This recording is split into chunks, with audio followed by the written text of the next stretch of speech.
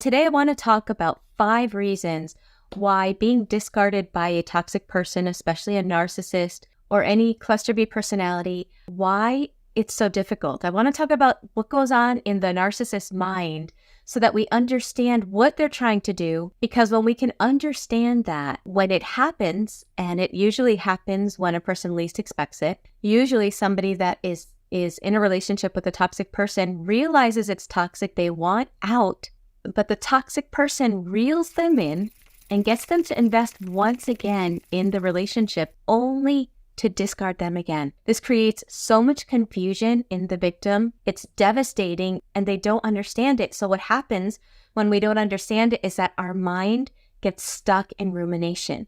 It's going over everything. Well, why did this happen at that point? What if I had just stayed away? What if I hadn't done that? Why did they come back if they were only going to do that? And our mind is just going and going. And our mind just stays stuck trying to make logical sense out of illogical action. The problem with that is that we wind up staying stuck, ruminating about the past. We're not living in the present moment, and we're not living our life and moving in the direction that we really want to go. So that's why I want to make this video, because I feel like when we understand the pieces of what happens in a toxic relationship and we understand why they do what they do, we can make some sort of sense out of it so that we can get that clarity that helps us to want to close that door and move on to the life that we really want. So with that in mind, let's get into the mind of the narcissist or toxic person and take a look at those 5 reasons why they discard. For those that don't know me, my name is Michele. I'm a survivor myself of narcissistic abuse. I'm now a trauma-informed coach and a somatic experiencing practitioner.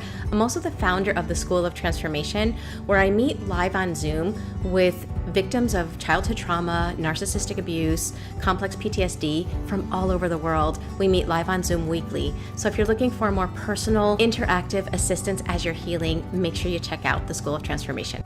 Narcissists love to play with people as if they are a yo-yo.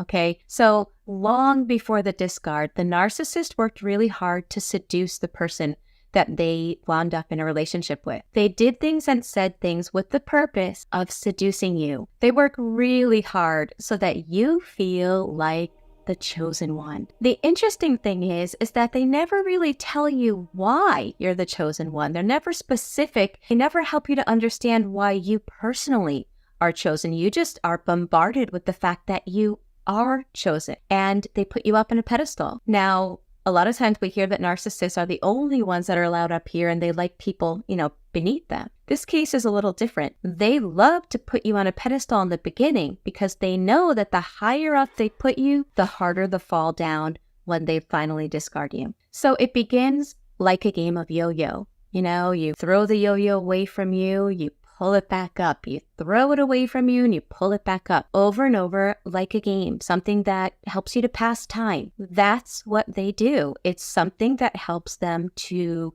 deal with their never-ending feeling of emptiness and boredom inside. By discarding you and then pulling you back in, discarding you and pulling you back in like a yo-yo, what they're basically doing is entertaining themselves. In other words, if we were to peer inside their mind, it would sound something like this. Wow, look at how many times I knock him or her off that pedestal. And all I have to do is toss a crumb of love, a crumb of attention. All I have to do is give a tiny bit of the love bombing that I used to give in the beginning, and here she comes running back. I wonder how much it will take next time. I wonder how far I can throw this yo-yo away from me and yet still be able to pull it back. So again, that yo-yo game is just to pass time, just to help them to deal with their own emptiness and boredom. This is devastating to the victim because they have no idea what's going on. They don't realize that they're in a game. So they're not playing a game, they're being very real and very vulnerable. Sometimes the narcissist or toxic person, emotional manipulator, will give you some crazy excuses as to why they broke up with you. And the excuses are bizarre. They're illogical. They make no sense, and they make it seem like it's all your fault. The toxic person knows that those reasonings are illogical, but they don't care because all they care about is keeping you in a state of confusion. Because if you're in that state of confusion, you don't clearly see what's going on, and they can continue to play their game.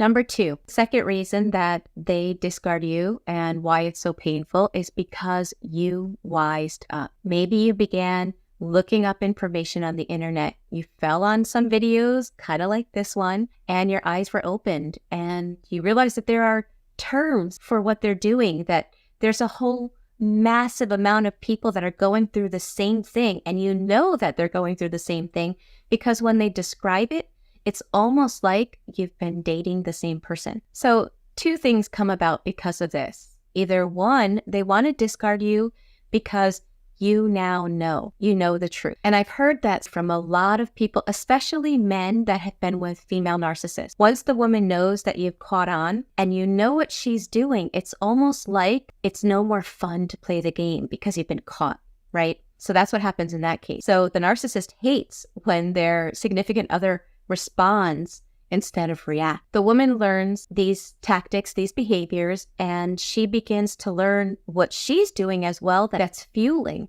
the narcissist, and she begins to change. They hate that. They hate normality in their partner because it only becomes more apparent that they're the ones that are a mess. So they will escalate the abuse. And if the other partner is continuing to get the help that they need, continuing to empower themselves, eventually the toxic person is not getting the supply they need and they'll discard. And again, this creates a state of confusion in the victim because here the victim is thinking, wait a second, there's a name for this. If there's a name for this, if there's understanding of these tactics or these behaviors, then there's a solution. And the person may have even gotten a little bit hopeful thinking that they could help their partner. And at that moment where they're getting healthy, to have their partner discard them is just devastating. But inside the mind of the narcissist is thinking, this is no fun anymore. It's apparent that I'm the only one that's misbehaving. I have no one to blame. The other party's being so healthy, is acting the correct way. This is no fun. I have no one to put my pathology in. I have no one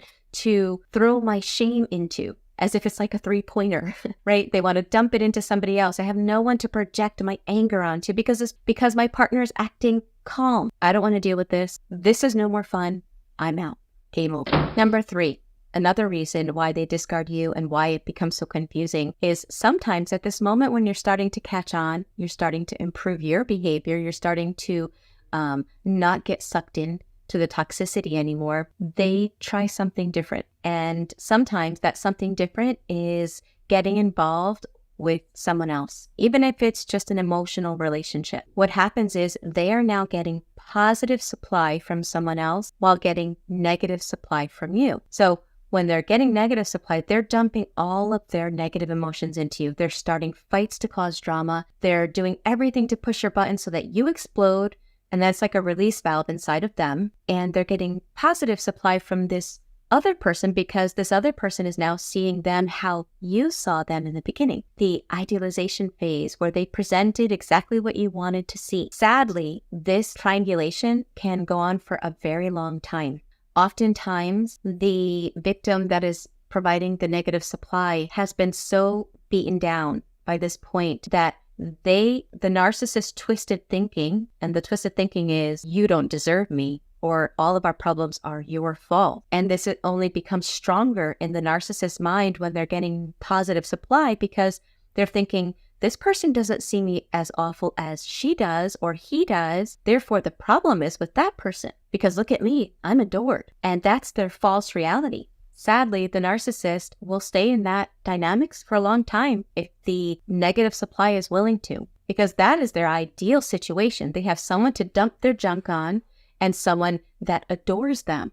They got their positive and negative supply, and that's a situation that they would love. In this case, oftentimes the person who discards is the victim giving negative supply. The problem is that they discard at that moment because they're tired of being humiliated and disrespected. But they discard when they are in such a state of being broken that they are still so vulnerable to getting sucked back in whenever the narcissist is done with that new supply. Maybe that new supply starts to see them for who they really are, and you become their fallback person because the negative supply has not healed, doesn't understand what's going on, doesn't realize they're in a game, and doesn't realize that they're being annihilated slowly through coercive abuse. A fourth reason why a narcissist will discard is because of exposure. So oftentimes we know that the smear campaign is really powerful, and they're usually able to paint your name black so well before you even realize that they were doing it, that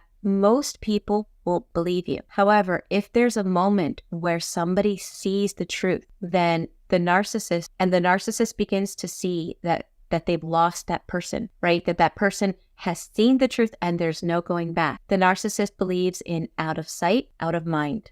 I've known some narcissists to discard their children because their children spoke up.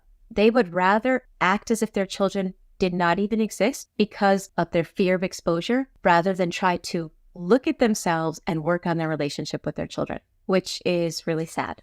Number 5, another reason why they will often discard is because you have learned how to wound the narcissist. And it's not necessarily that you're doing it on purpose to wound them, but because you're not providing narcissistic supply and you have learned how to not get sucked into the drama conversations where you're like being tossed around like word salad, you've learned tools and are applying tools that help you to be able to show the narcissist what they're doing. So it's almost like rather than giving them positive or negative supply, you're now holding up a mirror and causing them to see themselves as they really are, as opposed to this false reality that they live in. That creates narcissistic injury, and they can't handle that. Now, some that are in the relationship at this moment, some people may be thinking, well, why are they even still with the narcissist? Why are they trying to wound the narcissist? Why are they acting like this? Why are they applying all these tools? Why don't they just get out? There's still this part of the victim that wants understanding, that needs some kind of closure, some kind of understanding. Well, guess what? The toxic person knows you want and need this. And that's like their last slap. I'm going to leave, I'm going to discard you, and I'm not going to give you what you want. I'm not going to explain. I'm not going to apologize. I'm going to act like I don't know what you're talking about, and I'm just going to leave. Again, their hope is to leave you in that state of confusion. Being discarded by a narcissist or a toxic person that has used emotional manipulation as a regular part of your relationship is very difficult to, first of all, notice. I can't tell you how many times people have told me, Michelle, I didn't even realize I was being emotionally abused. I said the same thing. So it's not easy to recognize. It's not easy to see. But I'm hoping that when we get this information out there, people can start to realize that even though they don't want to play the game, they're in the game. They didn't want to be in it. They didn't want to play. That wasn't in their power, right? But it is in their power to, once they realize, take responsibility by no longer engaging in the behaviors that the toxic person is provoking.